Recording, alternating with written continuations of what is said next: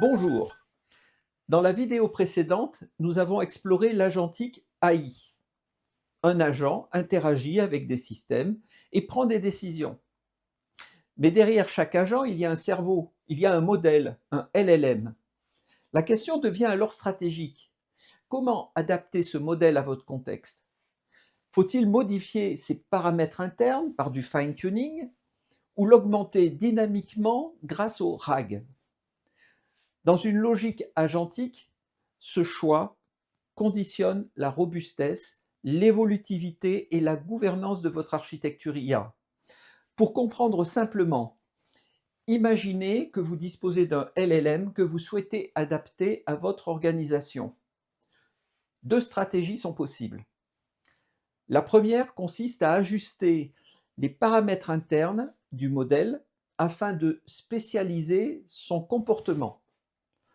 On modifie ses poids pour qu'il adopte votre vocabulaire, vos contraintes métiers, votre style, votre culture. C'est le principe du fine-tuning. Transformer un modèle généraliste en modèle spécialisé. Cependant, le fine-tuning diffère selon que le modèle est fermé ou open source. Avec des modèles fermés, proposés par des acteurs comme OpenAI, Anthropic ou Google, par exemple ChatGPT ou Gemini, les paramètres internes ne sont pas accessibles. Le fine-tuning est donc encadré et limité via des API, sans contrôle total sur l'architecture. À l'inverse, avec des modèles open source comme Llama ou Mistral, les poids sont accessibles. Vous pouvez les déployer sur votre infrastructure et réaliser un fine-tuning avancé avec un contrôle complet sur la spécialisation. Cela nécessite toutefois des GPU performants et des compétences solides en machine learning. La seconde stratégie consiste à ne pas modifier le modèle lui-même, mais à l'augmenter par un accès dynamique à une base documentaire. À chaque requête, le modèle recherche les informations pertinentes dans vos données internes et génère sa réponse en s'appuyant sur ce contexte. C'est le principe du RAG.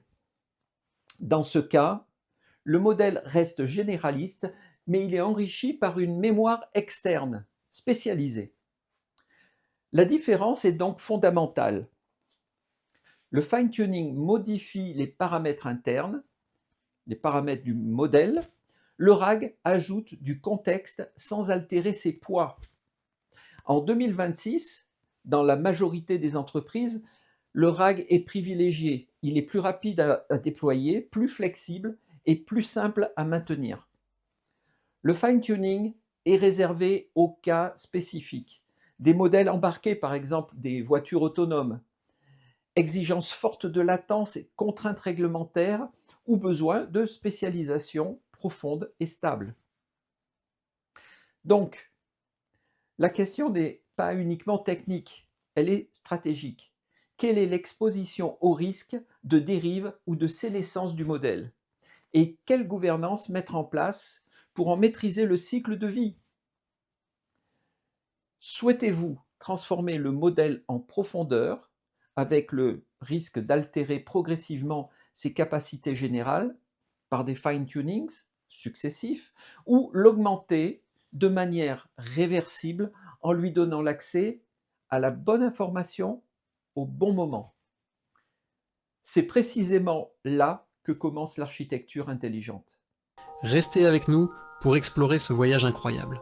N'oubliez pas de vous abonner et de liker la vidéo si ce sujet vous passionne.